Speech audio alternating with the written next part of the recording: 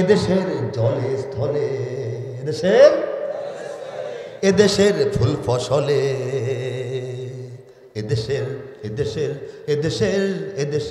এদেশের সবুজ মাটি সবুজ ঘাসে সবুজ বনে, মদিনার সবুজ মিনার ঝলসে ওঠে দুই নয়নে। এদেশের সবুজ মাটি সবুজ ঘাসে সবুজ বনে, মদিনার সবুজ মিনার ঝলসে ওঠে দুই নয়নে। এদেশের শিকড় তো নয় দিল্লিতে বা ওয়াশিংটনে, এদেশের শিকড় তো নয় দিল্লিতে বা ওয়াশিংটনে, এদেশের শিকড় জানি ছড়িয়ে আছে দূর আরবে।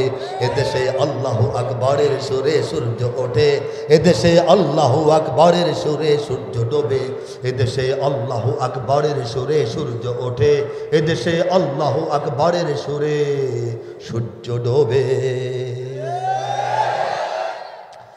এই যে বাংলাদেশের ঐক্যের শক্তি, বাংলাদেশ স্বাধীন হওয়ার সবচাইতে বড় কারণ ইসলাম।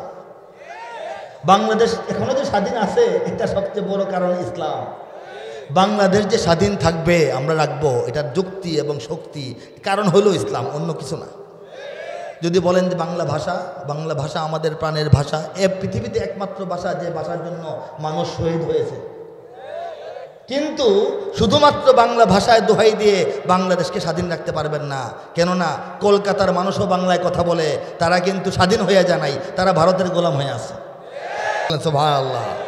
গোটা পৃথিবী ছিল বিক্ষিপ্ত, মানুষে মানুষে হানাহানি, রাহাজানি, খুনাখুনি, যুদ্ধ, বিগ্রহ, বিরোধিতা, প্রতিশোধের লেলিহান শিখা চলছিল গোটা বিশ্বে। আজ থেকে 1500 বছর আগে, 1400 বছর আগে, 1500 বছর আগে সেই গোটা বিশ্বের ছড়ানো ছিটানো বিক্ষিপ্ত বিশ্ব মানবতাকে এইরকমই একটা প্যান্ডেলের নিচে আপন ভাইয়ের মতো আইনা বসায় ফেলছিলেন তাজদারে কায়নাত মুহাম্মদ মুস্তাফা সাল্লাল্লাহু আলাইহি সাল্লাম। ইসলামের ভিত্তিতে কালেমার পতাকা তোলে, তাওহীদের পতাকা তোলে। সেই তাওহীদের পতাকা যতদিন পর্যন্ত বাংলার জমিনে কায়েম না হবে, ততদিন পর্যন্ত বাংলাদেশের এই হিংসা বিদ্বেষ দূরত্ব বিভক্তির কোনো সমাধান হবে না। আপনার কি আমার সঙ্গে একমত কিনা বলে হাত তুলে বলেন একমত কিনা? এটা বাস্তবতা। এই বাস্তবতাকে লুকিয়ে রাখা হয়, এই বাস্তবতাকে সবার বুঝতে হবে, মানতে হবে, স্বীকার করতে হবে। ঠিক কিনা জোরে বলেন, ঠিক কিনা জোরে বলেন। এটা বাস্তবতা, এটা মানতে হবে। দেখেন করোনা ভাইরাস গোটা বিশ্বকে মেসাকার করে দিয়েছে, সারা দুনিয়ার হিসাব নিকাশ পাল্টে গিয়েছে। আমেরিকা গরিব হয়ে চীন ধনী হয়ে গেছে। ঠিক কিনা বলেন? খবর পান নাই গতকালকের নিউজ যে বর্তমান বিশ্বের সবচাইতে ধনী শক্তি বর্তমানে চীন হয়ে গেছে। এই 4-5 দিনের গত কয়েকদিনের আমাদের আগে ধারণা ছিল, জরিপের ফলাফল চলে আসছে। ঠিক কিনা জোরে বলেন? হ্যাঁ, পরাশক্তির চেঞ্জ হয়ে গেছে, গোটা বিশ্বের ব্যবসা বাণিজ্য অর্থনৈতিক হিসাব নিকাশ চেঞ্জ হয়ে গেছে। এত কিছু যে হয়েছে, বাংলাদেশেও তো করোনা এসছে, অনেকেই মারা গেছেন, অনেকেই ভুক্তভোগী হয়েছেন। কিন্তু দেখেন এই করোনার মধ্যে এখন তো আমরা এতটা সতর্ক না, কিন্তু এই করোনার মধ্যে আমরা ঠিকই মাস্ক লাগায় কিছুদিন আগেও ঘুরতাম, আমরা বাজারে যাইতাম না, আমরা একে অপরের সঙ্গে কাছাকাছি যাইতাম না। রাতের বেলা শরীর গরম লাগলে মনে হইতো যে আজকে তো অমুকের সঙ্গে দেখা হয়েছিল, হাত মিলিয়েছিলাম, মনে হয় আমাকে ধরেছে। এরকম চিন্তা টেনশন আমাদের গত বছরও ছিল, এর আগের বছরও ছিল। কিন্তু গত বছরও মাহফিল বন্ধ থাকে নাই, এর আগের বছরও মাহফিল বন্ধ থাকে নাই। বাইরে আমরা একে অপরের সঙ্গে কাছাকাছি আসি না, কিন্তু মাহফিলে এসে যখন বসে যাই তখন মাথার মধ্যে ঘূর্ণাক্ষরেও চিন্তা আসে না যে আমার পাশের লোকটির করোনা আছে কি নাই, আমার করোনা হবে কি হবে না। এতে বোঝা যায় বাংলাদেশের মানুষ জীবনের রিস্কের চেয়ে, জীবনের সংকটের চেয়ে, জীবনের যে ভয়, মৃত্যুর ভয়ের চেয়ে বেশি ইসলামকে ভালোবাসে, ইসলামের চাইতে মৃত্যুকে বেশি ভয় করে না। ঠিক কিনা জোরে বলেন? তো একটা জাতিকে শক্তিশালী করার জন্য, একটা জাতিকে ঐক্যবদ্ধ করার জন্য, একটা জাতিকে সুপার পাওয়ারে পরিণত করার জন্য যে একটা স্পৃহার প্রয়োজন হয়, যে একটা চেতনার প্রয়োজন হয়, যে একটা জাতীয় ঐক্যের জাগরণের চিন্তার ভাবনার প্রয়োজন হয়, সেই চিন্তা চেতনা স্পৃহা এবং জাগরণ তো আল্লাহ রাব্বুল আলামিন এই 18 কোটি মুসলমানের মধ্যে ইসলাম আকারে দিয়ে রেখেছেন, ইমানি শক্তি দিয়ে রেখেছেন। সেই শক্তিকে আমরা ভুলে গিয়ে পিছনে ফেলে, তুচ্ছ করে, বায়ে ফেলে, নিচু করে, ছোট করে আমাদের প্রচলিত মিডিয়াগুলি খালি অন্য জিনিস প্রচার করে, ইসলামের প্রচার তারা করে না। কথা ঠিক কিনা বলেন? কিন্তু দেশটা তো ইসলামের, সমস্ত রকমের দলিল পত্রে প্রমাণিত বাংলাদেশ ইসলামের, অন্য কারণ নয়। এদেশে আল্লাহু আকবরের সুরে সূর্য ওঠে, এদেশে আল্লাহু আকবরের সুরে সূর্য ডোবে। শোনেন নাই আগে? বারবার শুনবেন। যতদিন বাংলাদেশ এই যে স্বাধীনতা সার্বভৌমত্ব রক্ষার সংগ্রাম চালিয়ে যাবে, জাতীয় ঐক্যের সংগ্রাম চালিয়ে যাবে, ততদিন এই সঙ্গীত আমাদের আত্মপরিচয়ের কথা বলবে। আমার সঙ্গে আপনারা হাত তুলে গেয়ে উঠবেন, এদেশে আল্লাহু আকবরের সুরে সূর্য ওঠে, এদেশে আল্লাহু আকবরের সুরে সূর্য ডোবে, এদেশে আল্লাহু আকবরের সুরে সূর্য ওঠে, এদেশে আল্লাহু আকবরের সুরে সূর্য ডোবে। এদেশের মাল্লা মাঝি কিষান মজুর সবার ঠোঁটে শোনো রে লা ইলাহা ইল্লাল্লাহর জিকির ওঠে। এদেশের মাল্লা মাঝি কিষান মজুর সবার ঠোঁটে শোনো রে লা ইলাহা ইল্লাল্লাহর জিকির ওঠে। ইমানের তপ্ত আগুন জ্বলছে সবার বুকে বুকে, ইমানের তপ্ত আগুন জ্বলছে সবার বুকে বুকে, সেই আগুন দেশ হতে দেশ দেশান্তরেও জ্বালতে হবে। এদেশে আল্লাহু আকবরের সুরে সূর্য ওঠে, এদেশে আল্লাহু আকবরের সুরে সূর্য ডোবে। দুশ্মনের কান পর্যন্ত প্রাণ পর্যন্ত এই আওয়াজ পৌঁছে দেন, এই বার্তা পৌঁছে দেন, এই ঘোষণা পৌঁছে দেন যে এই দেশ যে কারো দেশ নয়, এদেশে আল্লাহু আকবরের সুরে সূর্য ওঠে, এদেশে আল্লাহু আকবরের সুরে সূর্য ডোবে। প্রতিদিন ফজরের নামাজের আজানের ধ্বনিতে সূর্য উদিত হয়, প্রতিদিন মাগরিবের আজানের ধ্বনিতে সূর্য অস্তমিত হয়। এই দেশে শুধু ইসলাম থাকবে। ইসলামকে যদি ডিস্টার্ব করা হয়, ইসলামকে যদি ক্ষতি সাধনের চেষ্টা করা হয়, তাহলে আর অন্য কোনো কিছু, অন্য কোনো কেউ এই দেশে থাকতে পারবে না।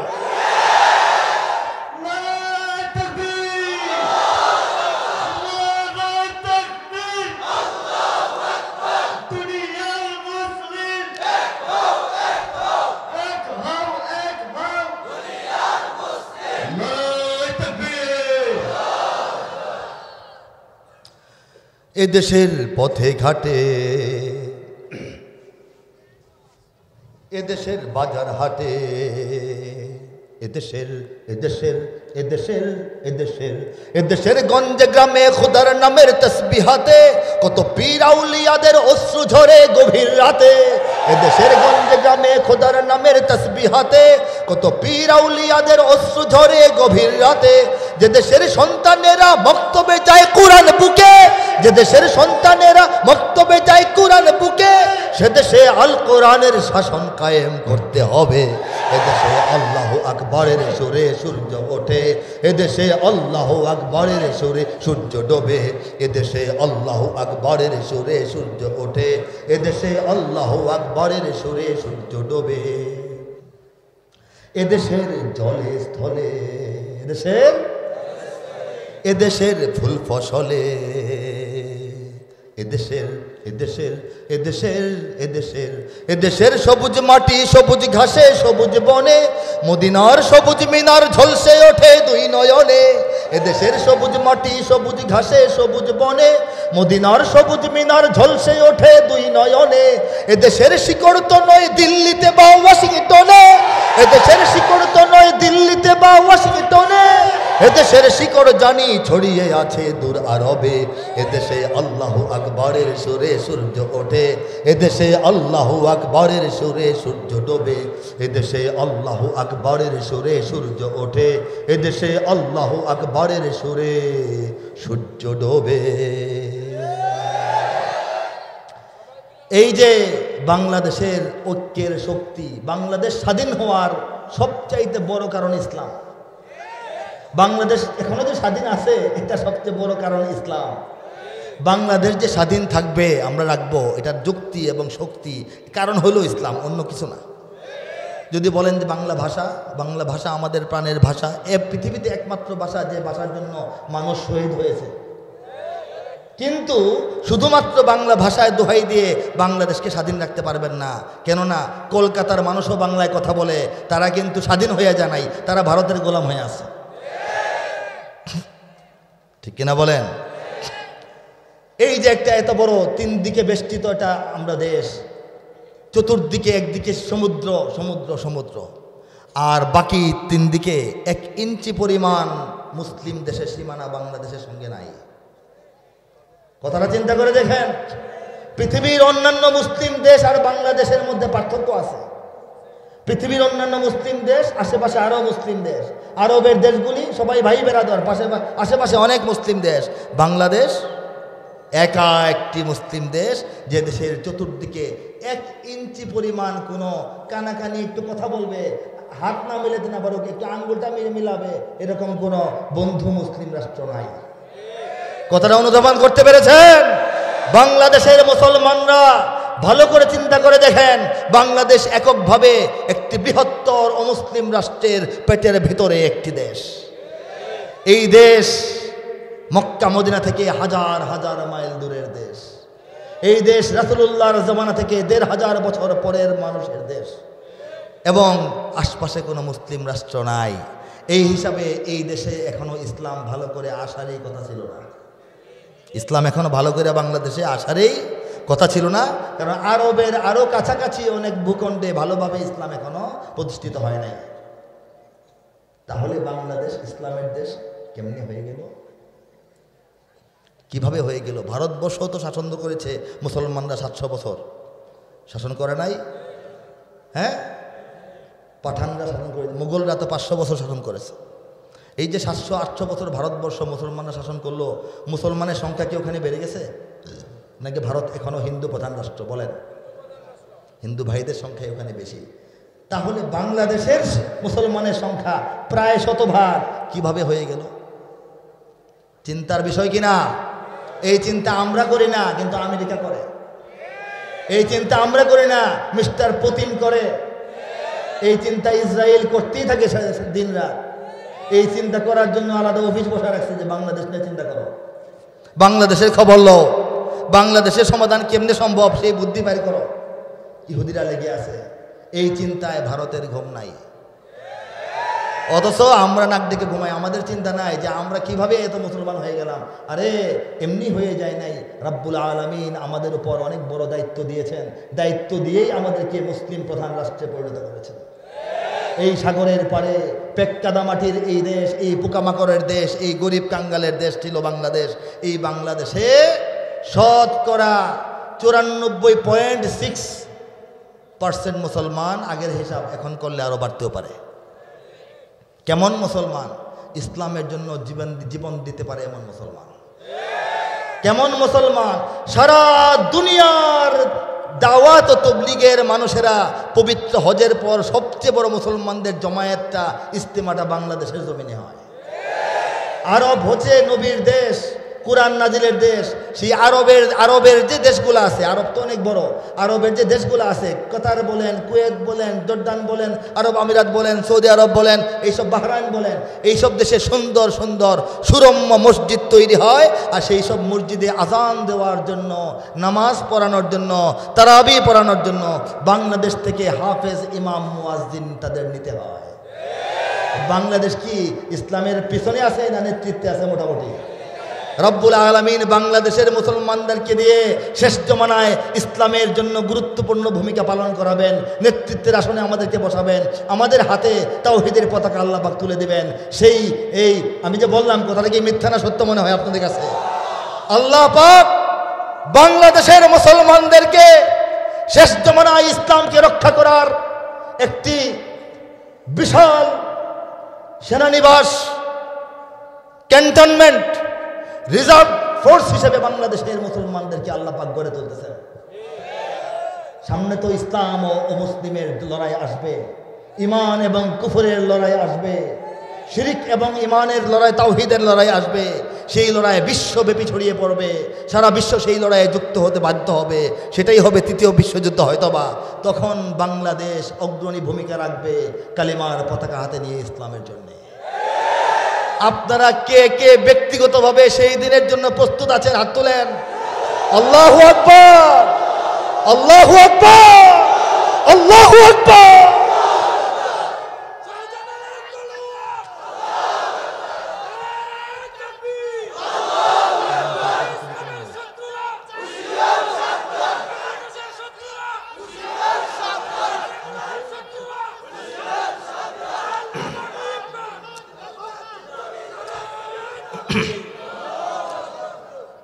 সূর্য যখন উদিত হয়, সেই সূর্যের আলোকে আপনি কালো কাপড় দিয়া ত্রিপল দিয়া এই উপরে সামিয়ানা দিয়া ঢাকতে পারবেন না। বাংলাদেশ, আল্লাহ রাব্বুল আলামিন বাংলাদেশকে হাতে নিয়ে নিয়েছেন। বাংলাদেশের জমিনকে শুধুমাত্র একমাত্র ইসলামের জন্য কবুল করে ফেলেছেন। এখন আপনি ওই টেলিভিশন আর এই কিছু নাস্তিক মুরতাদ এই কথা বলবে, আর কিছু পত্রিকায় লিখবেন, আর এই করবেন সেই করবেন, দেশের ভিতরে ষড়যন্ত্র, বাইরের ষড়যন্ত্র, সব কিছু মিলে কোনো ফায়দা হবে না। ইউরিদুনা লিইউতফিউ নূরাল্লাহি বিআফওয়াহিহিম আল্লাহু মুতিম্মু নূরিহি ওয়ালাউ কারিহাল কাফিরুন। তারা চায়, তারা চাইবে, তারা চাচ্ছে, তারা চেয়ে থাকে আল্লাহ রাব্বুল আলামিনের জ্যোতি বা নূরকে ফু দিয়া নিভাই দিতে। তারা এমন সহজ মনে করে, কিন্তু আল্লাহ কি চান সেটা দেখতে হবে। আল্লাহ চান তিনি তার আলোকে, তিনি তার জ্যোতিকে পূর্ণাঙ্গ রূপে প্রজ্বলিত করবেন। যদিও কাফেররা মনের মধ্যে কষ্ট পায়, ব্যথা পায়, ভাল লাগে না, তেক্ত লাগে, বিরক্ত লাগে, টেলিভিশনে বসে বসে বকবক করে, মৌলবাদী মৌলবাদী, সাম্প্রদায়িক সাম্প্রদায়িক, স্বাধীনতা বিরোধী স্বাধীনতা বিরোধী। আরে কে স্বাধীনতা বিরোধী? তোমরা স্বাধীনতা বিরোধী। তোমরা বাংলাদেশের 90% মুসলমানের উপরে কলকাতার সংস্কৃতি এনে জোর করে চাপিয়ে দিতে চাও নববর্ষের দিন। তোমরা এই দেশ জাতির দুশ্মন, এই সংস্কৃতির দুশ্মন, ঠিক কিনা জোরে বলো? তোমরা শীতের পিঠার খবর দাও, তোমরা অমুক নায়িকার জন্মদিনের খবর দাও, অথচ পবিত্র শীতকাল ব্যাপী ৩-৪ মাস যাবৎ বাংলাদেশের প্রত্যেকটা পাড়ায় মহল্লায় গ্রামে গঞ্জে মাঠে ময়দানে এই খেতে খামারে অসংখ্য মাহফিল হয়। লক্ষ লক্ষ কোটি কোটি বাংলাদেশের মানুষ এই মাহফিলে যোগদান করে। এই দেশের কৃষকেরা, এদেশের শ্রমিকেরা, এদেশের পেশাজীবীরা, এদেশের শ্রমজীবীরা, এদেশের ওলামা, এদেশের জনতা, এদেশের যুব তার তরুণ এবং কিশোরেরা এই সব মাহফিলে ঝাঁপিয়ে পড়ে। এক একটা মাহফিল নিয়ে গ্রামে গঞ্জে মেলা বসে যায়, আসরে বসে যায়। এক একটা মাহফিল কেন্দ্র করে গ্রামের মধ্যে উৎসব বসে যায়। আয়রি আসে, নায়রি আসে, বিয়া শাদীর ডেট হয়, মেয়ে দেখানোর ডেট হয়। এই যে বাংলাদেশের সমস্ত মানুষের এত বড় জাতীয় উৎসব দিনী মাহফিলগুলি, কোনো একটা কুলাঙ্গার সাংবাদিক, কোনো একটা কুলাঙ্গার টেলিভিশন আজ পর্যন্ত 1 মিনিটের প্রতিবেদন দেয় নাই যে শীতকালে মাহফিল শুরু হয়েছে। ঠিক কিনা জোরে বলে? এই মাহফিলগুলি বাংলাদেশে হয়। পাকিস্তানের লোকেরা এসা করে না, বাংলাদেশের লোকেরা করে। আরে বাংলাদেশের যে মানুষগুলি মাহফিল করে, এরা কি এই জাতির বাইরে? এদেরকে বাদ দিয়ে পরে জাতি গণনা করা হয়? এদেরকে বাদ দিয়া জাতি গণনা করা হয়? সতর্ক হয়ে যান, সাবধান হয়ে যান। এই দিন নয়, আরো দিন আছে। আপনাদের কোনো ষড়যন্ত্র কোনো কাজে লাগবে না। বাংলাদেশ যেদিকে যাওয়ার সেদিকেই যাচ্ছে, যে গতিতে যাওয়ার সেই গতিতেই যাচ্ছে। সমস্ত মুসলমানকে যদি কেউ বন্দি করে ফেলে, হত্যা করে ফেলে, ইসলামের বিন্দুমাত্র ক্ষতি হয় না।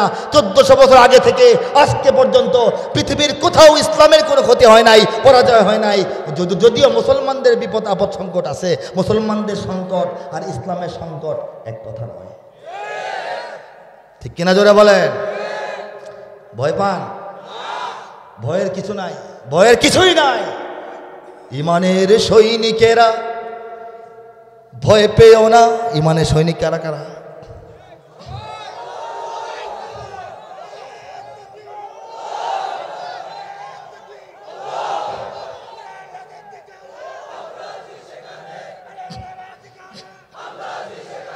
ইমানের সৈনিকেরা ভয় পেও না, রাত্রি আধার হচ্ছে বলে। যত রাত হোক না আধার, আসবে সকাল সময় হলে। এ স্বাধীন জন্মভূমির রক্ষীরা সব প্রস্তুতি নাও, দিন বদলে। এই স্বাধীন জন্মভূমির রক্ষিকারা হাত তোলেন। এই জন্মভূমি আমরা রক্ষা করবো তো? ওরা কি মনে করেছে? ওরা কি মনে করেছে আমাদেরকে? এই স্বাধীন জন্মভূমি 1 ইঞ্চি মাটি ছাড়বো না। আজকে থেকে আরো 17 বছর আগে আমি কবি মহিব খান তরুণ বয়সে বলে দিছে ডিক্লিয়ার, ইঞ্চি ইঞ্চি মাটি সোনার চাইতে খাটি, নগদ রক্ত দিয়ে কেনা। শত্রু বা হানাদার একটি কোনাও তার কেড়ে নিতে কেউ পারবে না। চারিদিকে দুশ্মন, ভেঙোনা ভেঙোনা মন, সাহস জমিয়ে রাখো বুকে। ইমান জিন্দা করে জিহাদের হুঙ্কারে পরাজিত করো শত্রুকে। ভুলি নাই, চিন্তা ভাবনা না কইরা বলি নাই। আজকে থেকে 10 বছর আগে আর 2010-এ আমি কবি মুহিব খান, আপনাদের কবি, এই বাংলাদেশের একজন কবি, আমি গেয়ে রেখেছি, ডিক্লেয়ার দিয়ে দিয়েছি, যদি আমার দেশের সীমানা বন্ধু মুছে দিতে কেউ চায়, যদি আমার মাটির ধন সম্পদ লুটে নিতে কেউ চায়, যদি আমার সাগরে আমার পাহাড়ে ফেরায় লোভের চোখ, আমি প্রতিবাদে জ্বলে উঠবই, তবে যা হবার তাই হোক। এই শান্ত সবুজ পতাকায় যদি পড়ে শকুনের থাবা, এই সুপ্ত বারুদ জাতি নিয়ে ফের খেলে যদি কেউ দাবা, কোটি মানুষের প্রাণের কুটিরে আগ্রাসনের হাত যদি কেউ বাড়ায়, তবে আবার যুদ্ধ হবে, আবার যুদ্ধ হবে। আজকে থেকে 10 বছর আগে বলেছি কি না? খামাখা বলি নাই, আমি খামাখা কথা বলার জন্য কবি হই নাই। আজকে থেকে 20 বছর আগে আমি গিয়েছিলাম, ভয় পেও না বন্ধু আমার, কদম বাড়াও আগে, রক্ত সাগর ঢেলেই তবে মুসলিমেরা জাগে।